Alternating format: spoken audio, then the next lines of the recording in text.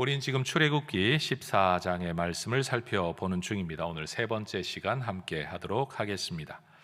우리는 삶을 살아가는 중에 의식적으로든 무의식적으로든 자기 나름의 내면의 어떤 기준에 따라서 선택 행위를 합니다. 분명히 우리는 고민을 할 것이고 그 고민 끝에 어떤 기준을 따라 선택을 하게 되겠죠. 이 고민과 선택이 반복되다가 보면 우리 삶의 하나의 패턴이 만들어집니다. 그리고 그 패턴이 결국 우리의 인생을 또한 만들어내게 될 겁니다. 그렇기 때문에 바른 믿음의 삶을 살아가기를 꿈꾸는 성도들이라면 평상시에도 내가 어떤 고민 가운데 어떤 기준을 따라 선택을 하는지를 한번 돌아보는 것, 그리고 문제를 인식하는 내 관점이 과연 하나님 앞에서 건강한 관점인지 아니면 뭔가 좀 부정적인 관점인지를 돌아보는 것, 그리고 마지막 우리가 뭐 어떤 선택을 하고 행동으로 옮길 때 이것이 과연 하나님 앞에서 인정받을 만한 것인지 아닌지를 한 번쯤은 돌아보는 시간이 필요할 줄로 압니다. 대부분의 사람은 아마 자기 삶에 어떤 선택의 패턴이 있다는 것 자체도 전혀 인식하지 못할 수 있습니다. 그러나 우리의 선택 또 행동의 방식을 객관화시켜 보고 좀 돌아보아야 우리의 삶의 변화가 일어날 겁니다. 우리는 이런 책 제목 아마 들어보셨을 줄로 압니다. 사랑의 기술, 소유냐 존재냐 등의 책 말입니다. 이런 책으로 우리에게 잘 알려진 사회 심리학자 또 정신분석학자 또 철학자인 에리 프롬이라는 분이 인간의 마음이라는 책에 이런 글을 남겼습니다. 길이가 제법 되지만 제가 한번 읽어보도록 하겠습니다. 우리의 선택 능력은 인생 경험과 더불어 끊임없이 변화했다. 오랫동안 계속해서 잘못된 결정을 내려왔을수록 우리 마음은 그만큼 딱딱해져 가고 자주 옳은 결정을 내릴수록 우리 마음은 그만큼 부드러워진다. 인생의 단계 가운데 자신감, 인격, 용기, 확신 등이 늘어나는 단계일수록 바람직한 대안을 선택할 수 있는 능력도 같이 늘어나 마침내는 바람직하지 않은 행동을 선택하는 것 자체가 어려운 수준에 이른다.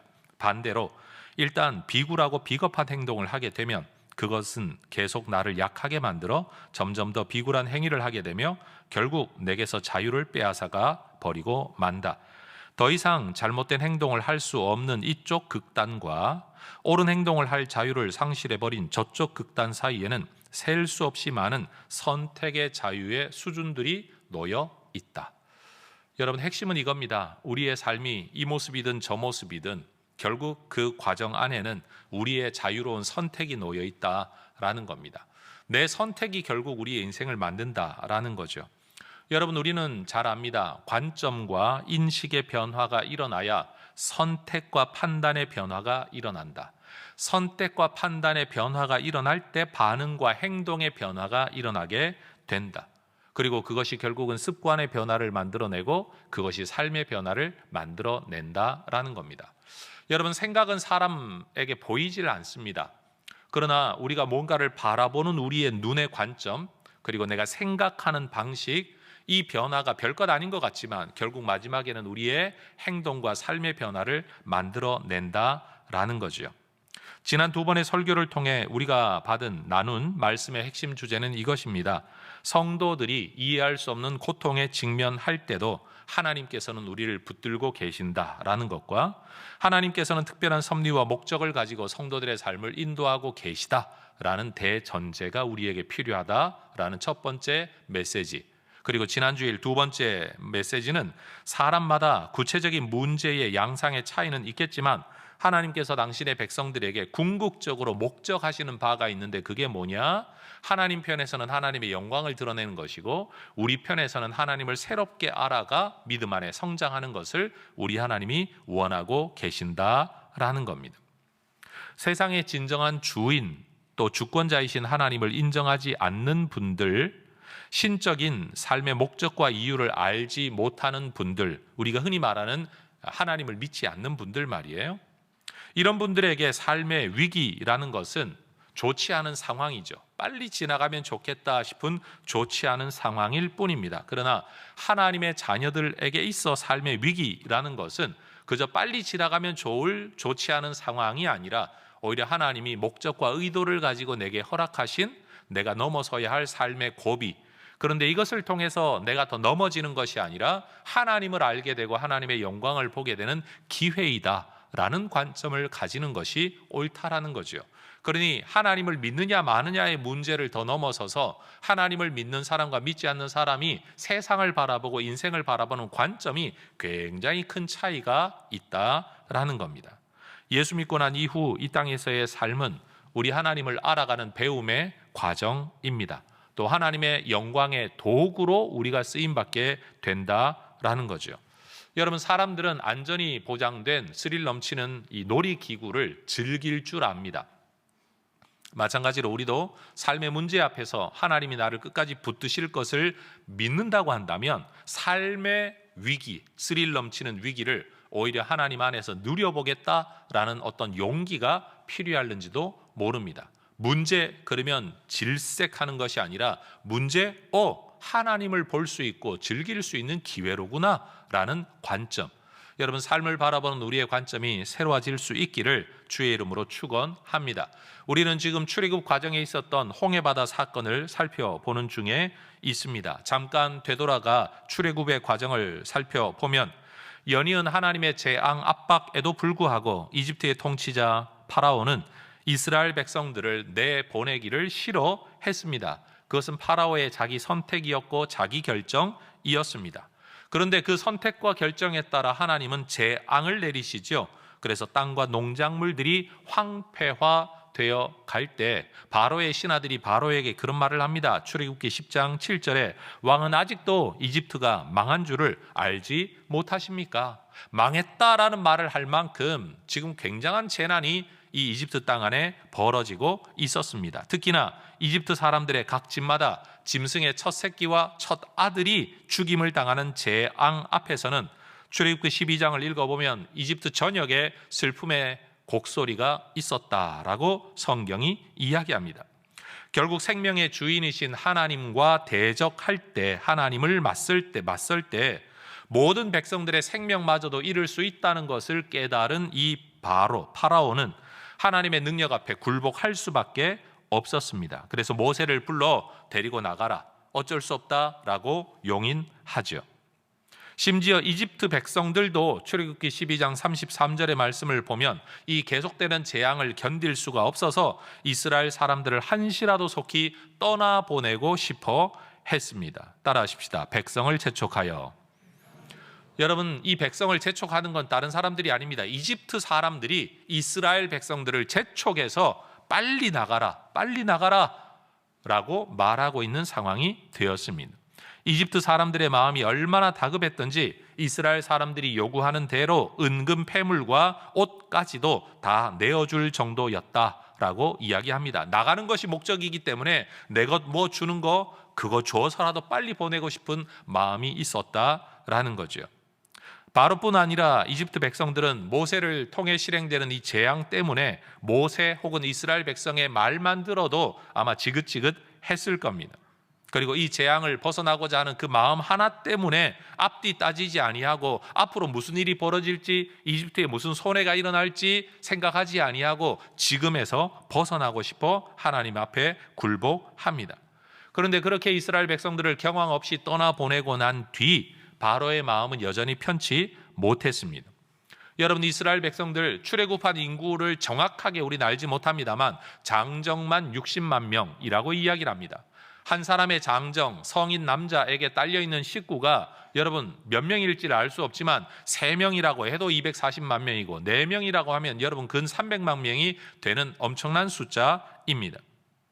요즘 같은 저출산 시대도 아니기 때문에 아마 그 시대는 훨씬 더 많은 인구였을 거라고 우리는 추측해 볼 수가 있죠. 2021년 6월 기준으로 부산의 인구가 330만 명이랍니다. 인천이 300만 명이랍니다. 대구는 240만 명이랍니다. 대전과 광주는 기껏해야 140만 명밖에 되지 않는다고 합니다. 그런데 여러분, 근 300만 명이 넘는 사람들이 어느 날 한 나라에서 갑자기 사라졌다? 한번 상상해 보십시오. 이스라엘 사람들이 거주하던 동네는 아마 거의 유령 동네처럼 되어 버렸을 겁니다. 그리고 이들이 주로 했던 게 뭡니까? 건축 사업에 동원된 사람들 아닙니까? 여러분, 이집트 땅 전역의 건축 사업이 아마 올스톱 되었을 것입니다. 건축하던 소리도 다 멈추어져 버렸겠죠. 바로는 하나님의 능력 앞에 어쩔 수 없이 굴복하기는 했지만 마음의 울분은 가라앉지 않았던 것 같습니다. 우리가 이럴 때 말하는 게 있잖아요. 뭔가에 홀렸나 보다 라고 말할 만큼 정신없는 일이 일어나고 난 뒤, 여러분, 도대체 이 대제국 이집트가 이게 무슨 꼴이냐, 무기도 없는 노예들에게 이렇게 당한다는 게 말이 되냐, 도대체 내가 무슨 짓을 한 거냐, 아마 그런 마음의 울분, 화가 나서 미칠 지경이다 라고 말할 만한 그런 상황이었던 것 같습니다. 그렇게 마음의 분노 또는 허망함 속에 있었던 바로에게 이스라엘 백성들의 이야기, 보고가 올라오죠. 그들이 어디로 갔느냐라고 말할 때 말 그대로 빠져나갈 길이 없는 광야 한가운데로 들어갔다라는 소식이 들려질 때 갑자기 바로와 그의 신하들의 마음이 돌변합니다. 오늘 5절 말씀에 보면 이런 표현이 나옵니다. 따라하십시다. 마음이 변하여. 하나님의 크신 능력 앞에서 굴복했던 바로나 그 신하들은, 여러분, 이 하나님의 능력 앞에 있을 때 내가 맞설 수 없다라고 생각하고 굴복했습니다. 그런데 지금 이 이스라엘 백성들이 내가 따라가면 잡을 수 있을 만한 상황으로 들어갔다는 보고를 받자 갑자기 마음이 변하게 된 겁니다.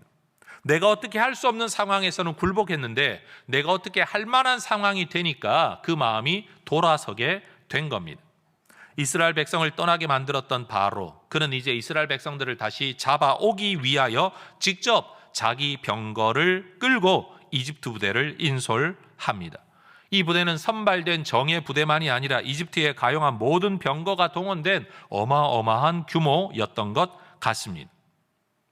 8절의 말씀을 보면 이러한 바로의 심경의 변화는 마치 하나님이 그렇게 만드셨다라고 성경이 말하고 있지만, 여러분, 하나님의 의도도 그 안에 있지만 사실은 바로 자신이 자기 스스로 마음을 그렇게 고쳐 먹었던 것입니다. 하나님 편에서는 바로의 마음을 완악하게 하셨다라고 성경 기록하고 있고, 5절의 말씀을 보면 바로 스스로가 마음이 변했다라고 이야기를 하고 있는 거죠.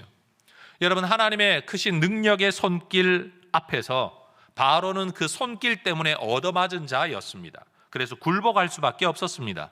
그러나 이스라엘 백성들은 하나님의 크신 능력의 손길 때문에 구원을 받은 사람들입니다. 그들이 이집트 땅을 나올 때 성경 8절의 하반절을 보면 이스라엘 자손이 담대히 나갔다라는 표현이 나옵니다. 따라하십시다. 담대히.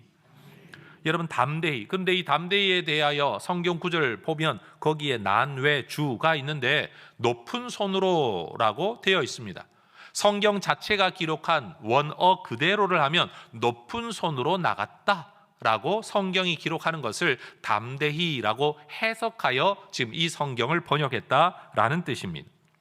여러분이 높은 손, 도대체 어떤 손일까요? 이스라엘 백성들이 찬양의 손을 들고 나갔다라고도 말할 수 있지만 의미상으로 보면, 상황적으로 보면 이스라엘 자손이 하나님의 능하신 손 아래에서 출애굽했다라는 것이죠. 그리고 몰래 나간 게 아니라 겨우 몸뚱아리 하나만 건져서 필사에 탈출을 한 게 아니라, 여러분, 의기양양하게 담대하게 그렇게 손을 높이 쳐들고 찬양하며 그렇게 나갔다라고도 해석되어질 수 있습니다. 다시 말하면 이스라엘 백성들의 출애굽은요, 두려워 떨며 쫓기며 무서워서 겁내면서 나간 게 아니라 굉장히 의기양양하게 나갔다는 거예요. 그런데 여러분, 그렇게 출애굽한 이스라엘 백성들, 거기엔 어린아이들이 있었고 노인들이 있었고 짐승까지도 끌려 나갑니다. 여러분, 수백만 명의 발걸음이 얼마나 더뎠겠습니까? 말들을 앞세우고 병거를 앞세우고 뒤쫓는 바로의 병거 부대는 얼마 지나지 않아 그들을 따라잡을 수 있었습니다. 앞에는 바다가 가로막혀 있습니다. 뒤에는 이집트의 병거 부대가 바짝 뒤쫓아 오는 것을 바라볼 때, 이때 이스라엘 백성들의 마음도 변합니다. 성경 10절은 그렇게 말을 합니다. 따라하십시다. 심히 두려워하여. 다시요. 심히 두려워하여.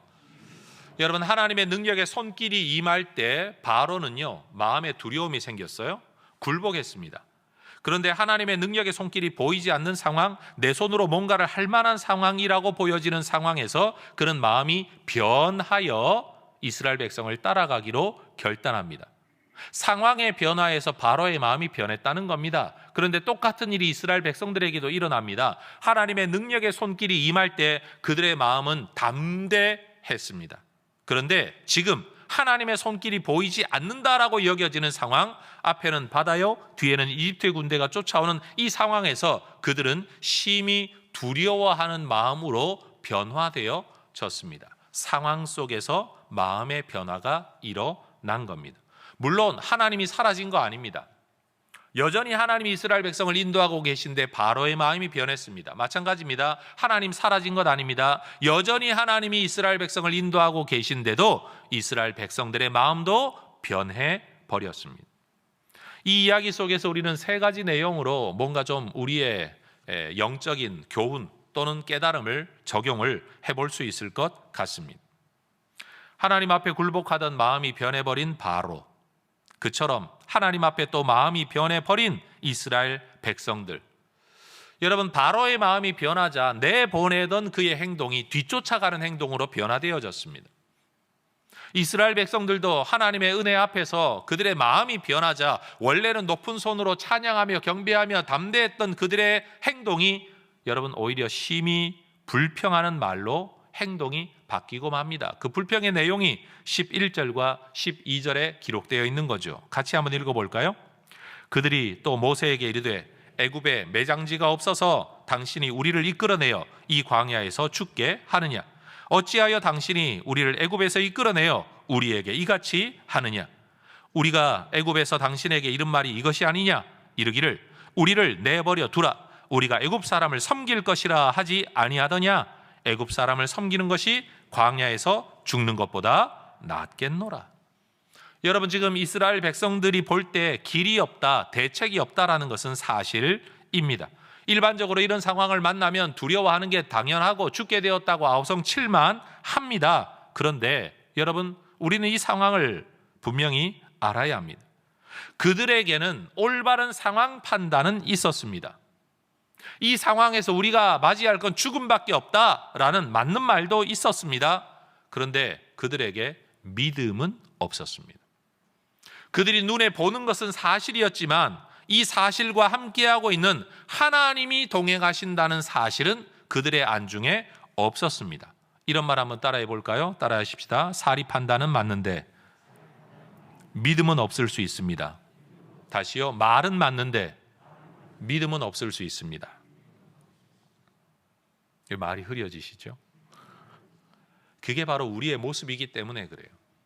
우리가 삶을 살아가다가 보면 내 눈에 보이는 거, 특별히 좀 더 냉철한 분석 판단력을 가지고 있는 사람이라면 이 상황이 어떤 상황이고 이 상황이 앞으로 어떤 어려움을 우리에게 줄는지 계산되어집니다. 그런데 여러분, 우리가 기억해야 될 게 있죠. 하나님을 섬기는 우리라면 지금 우리가 하나님과 함께하고 있고 하나님이 우리를 붙들고 계시다는 것을 과연 내가 이 상황 판단을 할 때 고려하고 있는가, 제외시키고 있는가 라는 것을 생각해 보아야 된다라는 겁니다. 분명한 상황의 판단에 대한 인식이 이스라엘 백성들에게 있었습니다. 그러나 우리는 여전히 알고 있습니다. 지금도 불구름 기둥은 이스라엘 백성과 함께하고 있었습니다. 다시 말해 하나님이 그들과 함께하고 있는 증거가 있음에도 불구하고 그 증거는 무시되어지고 뒤따라오는 이집트의 병거 부대만 크게 보이는 겁니다. 내가 넘을 수 없는 바다라는 장벽만이 크게 보이는 겁니다. 죽게 되었다고 아우성치며 왜 우리를 이끌어내어 여기서 죽게 하느냐라고 탄식하고 있는 겁니다. 이 모든 마음과 결단과 선택과 행동, 반응 가운데 불구름 기둥은 전혀 고려되고 있지를 않은 겁니다. 은혜를 처음 받으면, 하나님을 처음 믿게 되면 하나님 날 지키실 거야 라는 아주 막연하고 순진한 믿음이 우리에게 있어요. 그래서 어려움에 맞서 보려고 합니다. 그런데 여러분, 어려움에 한 번, 두 번 맞서다가 보면 나중에 깨닫게 되는 게 있죠. 하나님이 항상 나를 돕는 건 아니더라. 내가 기도한다고 무조건 일이 다 좋게 풀리는 건 아니더라 라는 경험이 쌓여지면서부터 그 다음 우리는 어떤 그리스도인이 되는가 하면 그래도 내가 할 건 내가 해야지 라고 하면서 하나님 계시지, 하나님 믿지, 하나님 우리 기도 들으시지, 하나님 우리를 도우실 거야. 그러나 안 하실지도 몰라. 그러니 내가 내 길을 찾아야 돼. 그러면서 내가 내 길을 찾다가 보니까 내 능력이 없고 내 힘이 없고 내 돈이 없으면 원망하고 불평하고 낙심하고 상심하고 절망할 때가 우리에게 많이 있다라는 거죠. 은혜 막 받은 초신자들은 이거 모릅니다, 여러분. 짬밥이 좀 차야 알게 됩니다.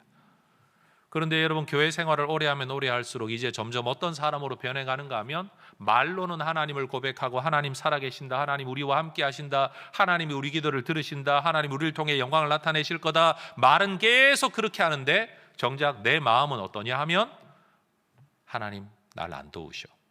능력의 하나님이지만 안 도우실 수도 있어. 내 기도를 들으시지만 내가 원하는 대로 응답은 안 하실 거야? 등등.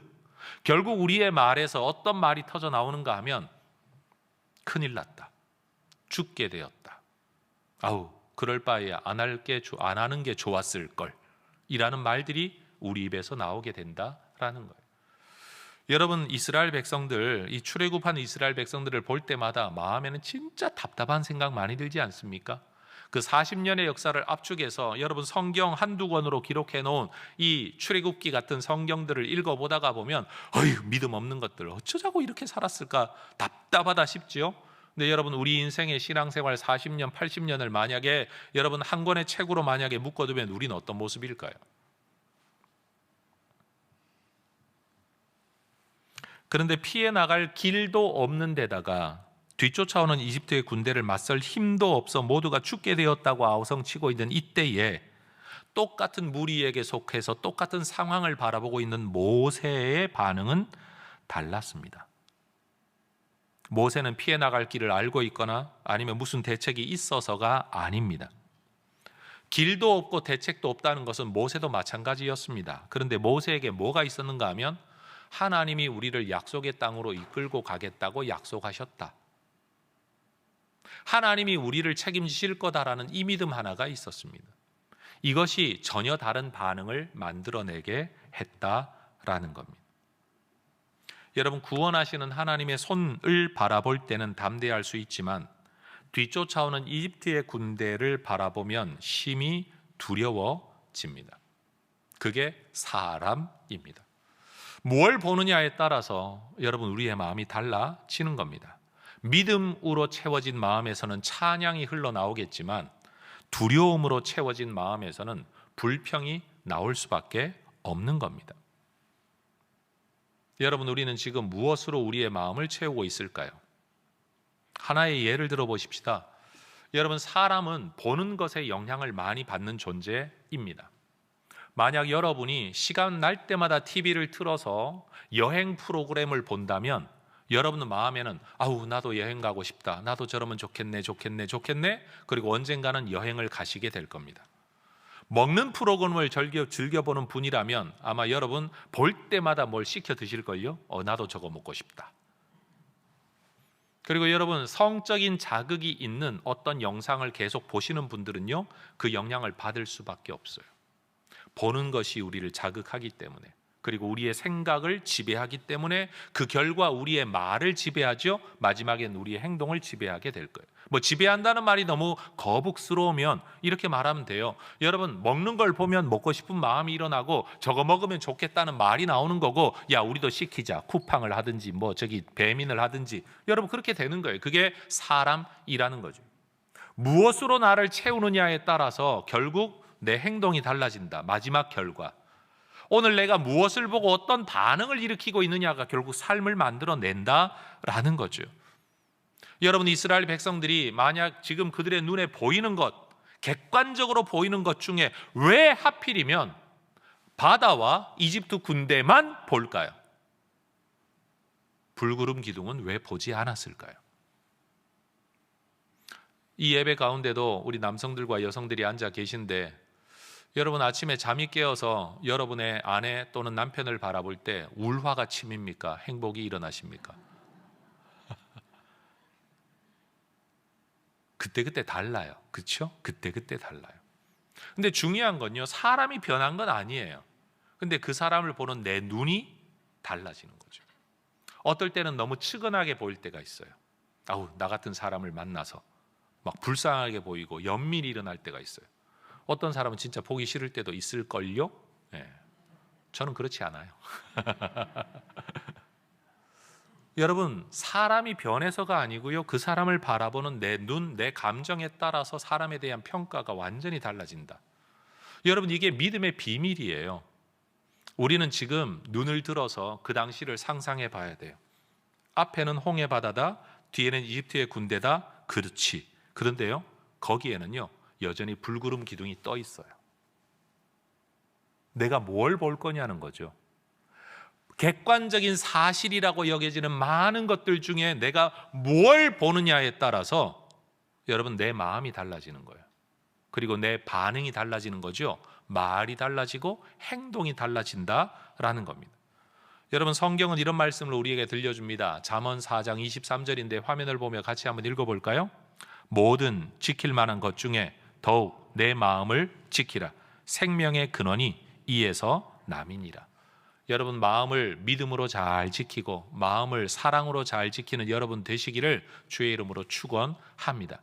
여러분의 마음을 무엇으로 채울 거냐, 무엇으로 자극을 받을 거냐에 따라서 우리는 당연한 반응을 일으키는 존재예요. 그럼 지혜로운 사람은 뭔가 하면 내게 어떤 자극을 줄 거냐라는 것을 의도적으로 잘 선택하는 게 필요하다라는 겁니다.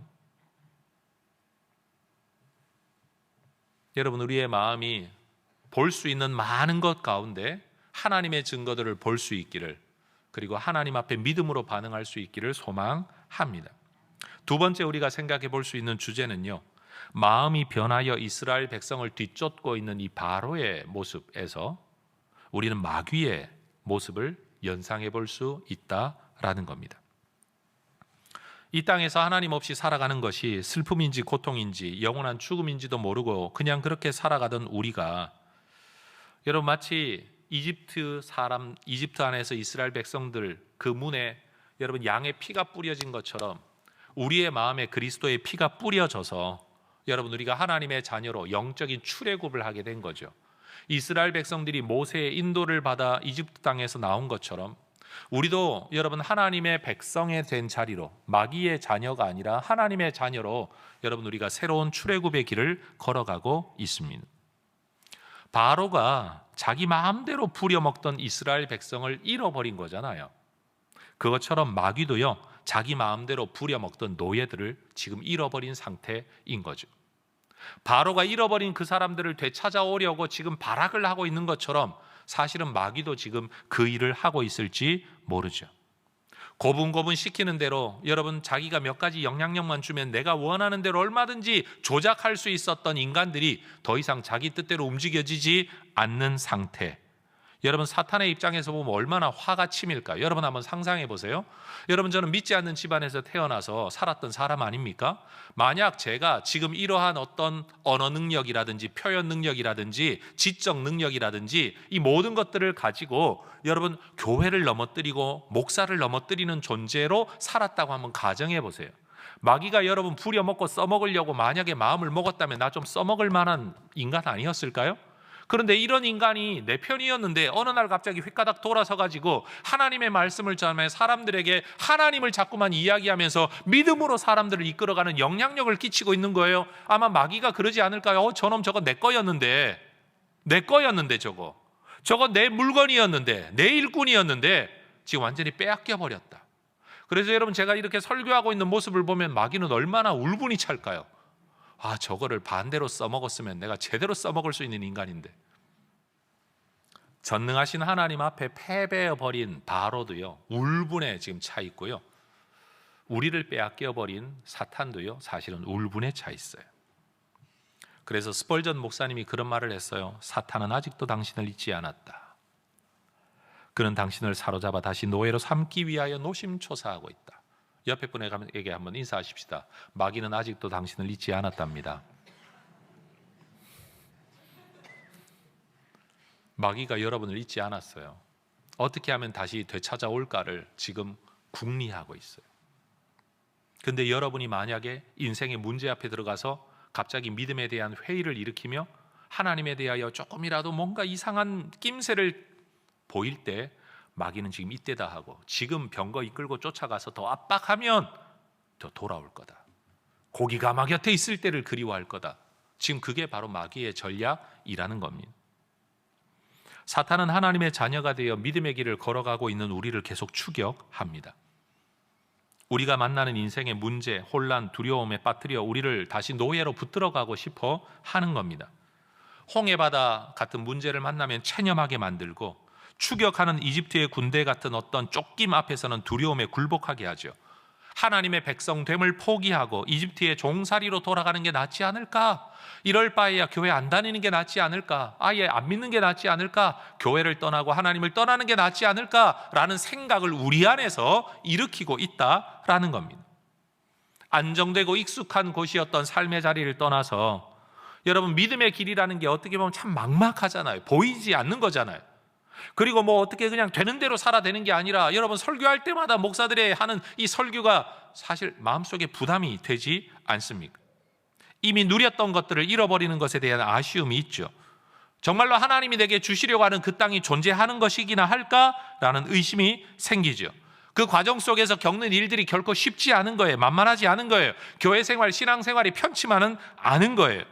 그냥 예수 믿으면 복 받는다, 하나님 섬기면 기쁨이 있다라고 말하고 들어왔는데, 정작 예수 믿고 따라가는 그 길은요, 여러분, 광야를 걸어야 하는 길인 거예요. 때때로 배가 고파야 돼요. 목이 말라야 돼요. 여러분, 전쟁의 위기가 찾아오는 거죠.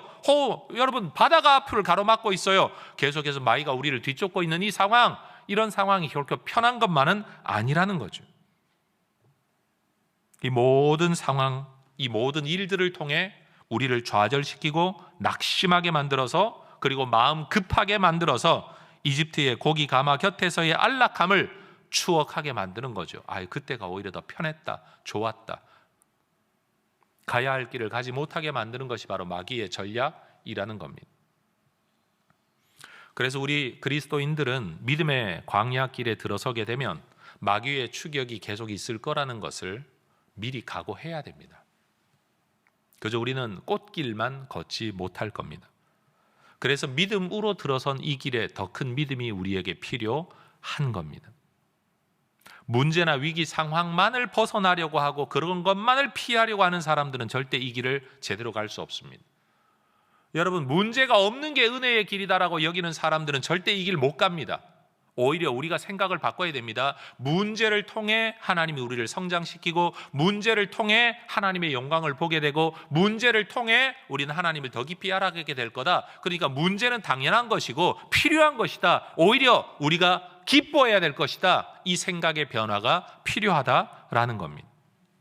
베드로전서 5장 8절과 9절은 말씀합니다. 근신하라, 깨어라. 너희 대적 마귀가 우는 사자같이 두루다니며 삼킬 자를 찾나니 너희는 믿음을 굳건하게 하여 그를 대적하라. 성도 여러분, 우리 모두 우리의 믿음을 굳건하게 하시기를 주의 이름으로 축원합니다. 믿음을 굳건하게 하려면, 믿음을 견고하게 하려면, 믿음을 강화시키려면 믿음의 자극을 줘야 돼요. 여러분, 성적인 자극을 많이 받는 사람들이 성적인 실수를 할 위험이 높아져요. 먹는 것에 대한 자극을 많이 받는 사람들이 먹는 것으로 살아갈 확률이 높은 거예요. 돈에 대한 자극을 계속 받는 사람들이 돈을 추구하는 삶을 살아갈 확률이 훨씬 더 높은 거예요. 결국 우리 스스로가 우리에게 뭘 먹이느냐, 어떤 자극을 주느냐에 따라서 우리의 생각과 행동이 달라지게 되고 만들어지게 된다는 건 너무나도 당연한 일이에요. 아침마다 일어나서 여러분 주식의 동향을 보는 사람이라면, 여러분 그 사람은 이미 하루 온종일을 돈 벌고 잃는 것에 대하여, 여러분 내가 특별히 글로 해서 얻는 것도 아니고 이것이 저절로 오르고 내릴 것에 대하여 자기의 인생을 걸고 살아가는 거죠. 저는 여러분이 주식 투자하는 것을 말리거나 막지는 않지만, 그것이 매일 큐티 묵상하듯이 묵상되어지는 거라면, 여러분, 저는 여러분의 인생이 결코 행복하지 않을 거다, 믿음으로 살기 힘들 거다라고 말하고 싶어요.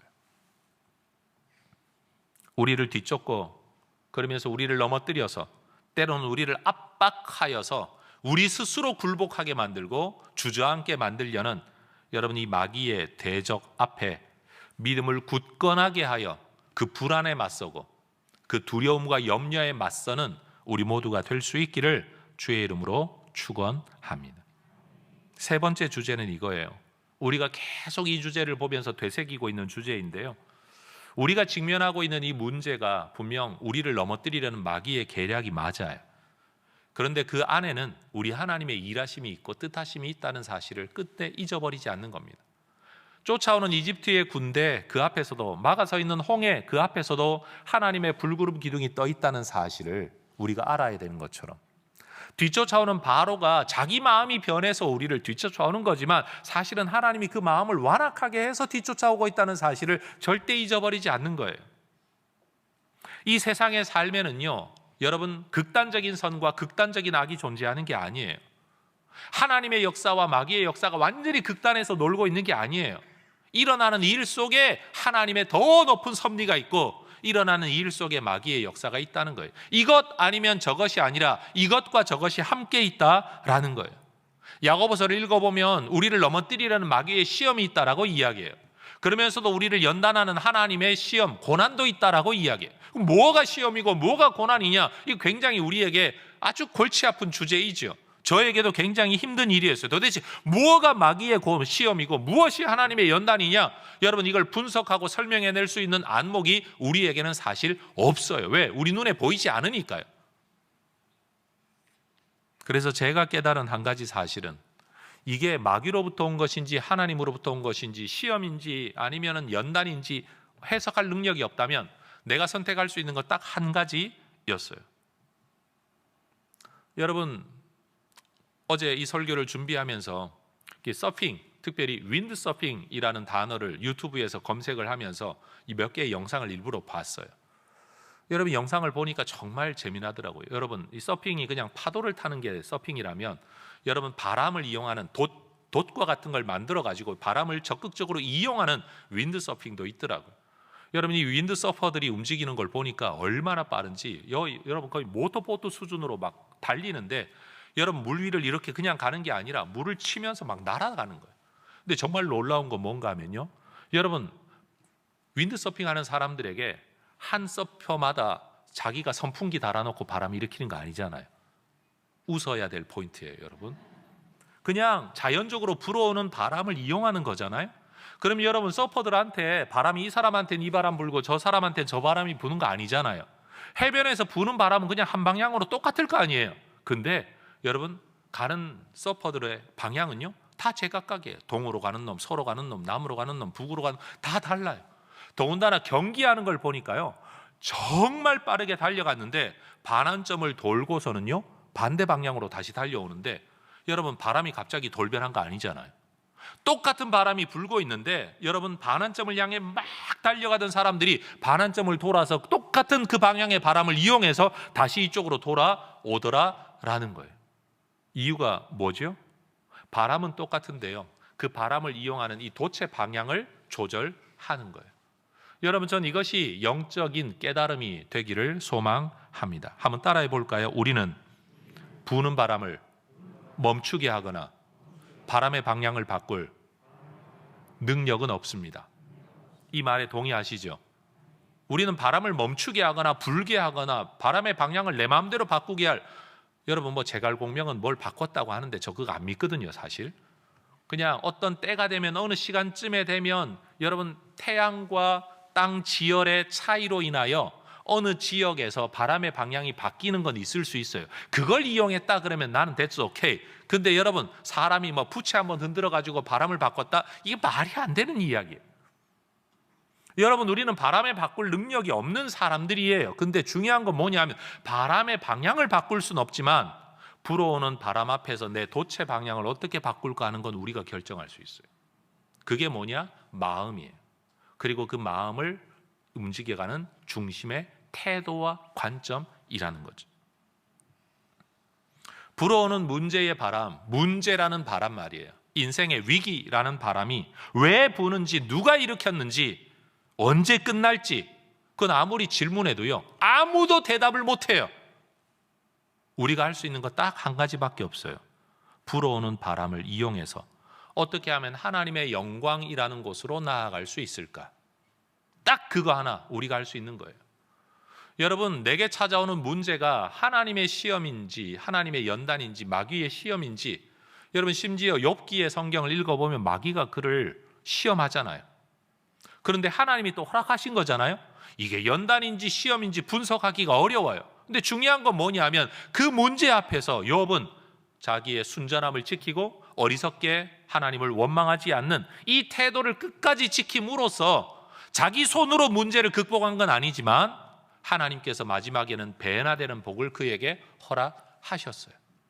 여러분, 욥이 잘한 건 뭐냐 하면 그 모든 문제, 여러분 거긴 건강의 문제가 있었죠, 재산의 문제가 있었죠, 관계의 문제가 있었죠. 여러분, 인간이 경험할 수 있는 모든 문제가 욥에게 쏟아부어질 때, 그것도 한순간에 다 찾아올 때 그가 뭘 지켰느냐? 마음이라는 돛의 방향을 지켰다는 거예요.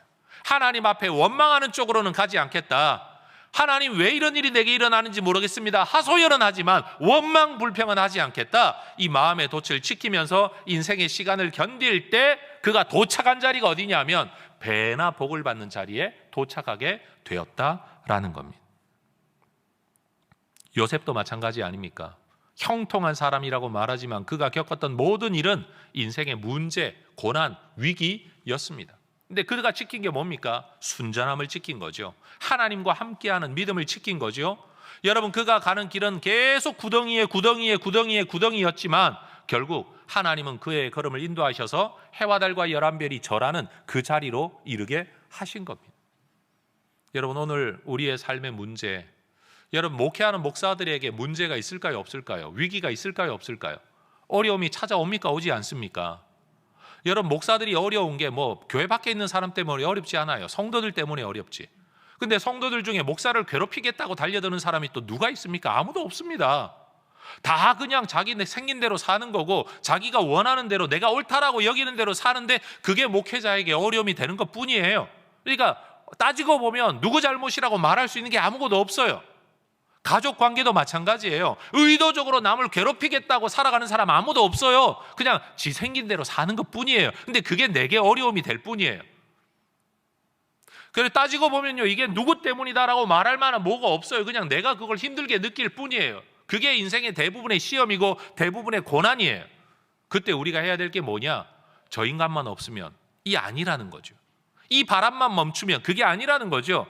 오히려 그것을 이용해서 내가 어떻게 마음의 돛을 움직여서 하나님께로 더 가까이 나아갈 수 있을까? 이 생각을 할 수만 있다면 여러분, 우리는 더 지혜로운 하나님의 사람으로 살아갈 수 있을 거라는 거죠.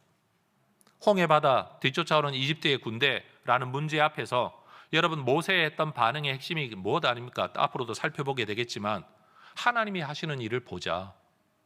우리에겐 답이 없다는 게 맞다. 근데 하나님이 뭘 하시는지를 가만히 한번 보자. 서서 보자. 단순히 그거였어요. 불어오는 바람을 멈추게 할 수도 없고 방향을 바꾸게 할 수도 없는 그 자리에서 하나님이 어떻게 하시는지 보자라는 단 하나의 마음의 돛의 방향을 딱 정했을 때 하나님께서 홍해바다를 가르시는 것 아닙니까? 여러분, 모세가 바다를 가른 거 아닙니다. 모세가 그 방법을 미리 알고 있었던 것도 아닙니다. 우리 인생도 마찬가지라는 거죠. 여러분, 우리의 삶 속에서 어떤 문제가 찾아오든지 여러분, 문제를 탓하지 말고 문제 앞에 서 있는 불어오는 바람 앞에 내 마음의 돛의 방향, 여러분 이것을 지혜롭게 잘 관리할 줄 아는 성도 여러분 되시기를 주의 이름으로 축원합니다. 바람 불지 않으면 편안할 수는 있습니다만 바람이 불지 않으면 앞으로 나아가지도 못합니다. 파도가 없으면 물장구 치고 놀기에는 좋습니다. 그러나 파도가 일어야 여러분, 파도를 타기 하는 그 스릴 넘치는 놀이가 가능해지는 겁니다. 사실 솔직히 말하면 문제 없으면 기도합니까? 문제 때문에 기도하는 거 아니에요, 여러분? 그런 거예요. 그런 속에서 하나님의 살아계심을 우리가 경험한다는 거 우리가 이미 익히 잘 알고 있는 문제예요. 그러니 우리는 기억해야 됩니다. 너무 감당하기 어렵다고 느껴지는 문제가 오면 하나님이 더 크게, 더 세게 역사하시려고 그러나 보다. 사실 우리에게는 그 마음이 있어야 된다라는 거예요. 야고보서 4장 7절에도 비슷한 내용의 말씀이 있어요. 마귀를 대적하라. 그리하면 너희를 피하리라. 성경은 마귀를 이기라 이렇게 말하지 않아요. 대적하래요. 맞서래요. 아니, 내가 마귀를 어떻게 맞서요? 근데 하나님 말씀하십니다. 마귀가 너희를 피할 것이다. 여러분, 이 말씀이 하나님의 음성으로 여러분에게 들려지기를 주의 이름으로 축원합니다. 논리적으로 따지면 우리가 마귀를 이길 수 있습니까? 힘의 크기로, 능력의 크기로 말하면, 여러분, 우리는 육체를 입은 인간이고 그런 영적인 존재인데 눈에 보이지도 않는데 어떻게 마귀를 이긴단 말입니까? 근데 하나님이 마귀를 이겨라 라고 말하지 않아요. 마귀를 대적해라, 맞서라, 홍해바다 앞에 맞서봐라, 이집트 군대 쫓아오는 앞에 맞서봐라. 그러면 그 문제가 너희를 오히려 피할 거다. 여러분, 하나님께서 우리를 이기게 하시는 능력이, 힘이 우리의 능력이 커지는 데서 오는 게 아니라는 거예요. 오히려 맞서는 담대함에서 온다는 거죠. 한번 따라해 볼까요? 담대함이 능력입니다. 다시요. 담대함이 능력입니다. 그래요. 담대함이 능력이에요. 전 성도 여러분들에게도 말하고 싶어요. 여러분, 마음에 오늘 딱 결심을 하세요. 여러분 남편 절대 바뀌지 않습니다. 여러분의 아내 절대 바뀌지 않습니다. 여러분의 자식이 바뀔 날이 올 거라는 기대를 빨리 내려놓으세요. 생긴 대로 살 겁니다. 생긴 대로 삽니다. 사람 바뀌지 않습니다. 근데 뭐가 바뀌어야 되는가 하면 있는 그대로 받아들이겠다는 여러분의 마음이 바뀌어야 됩니다.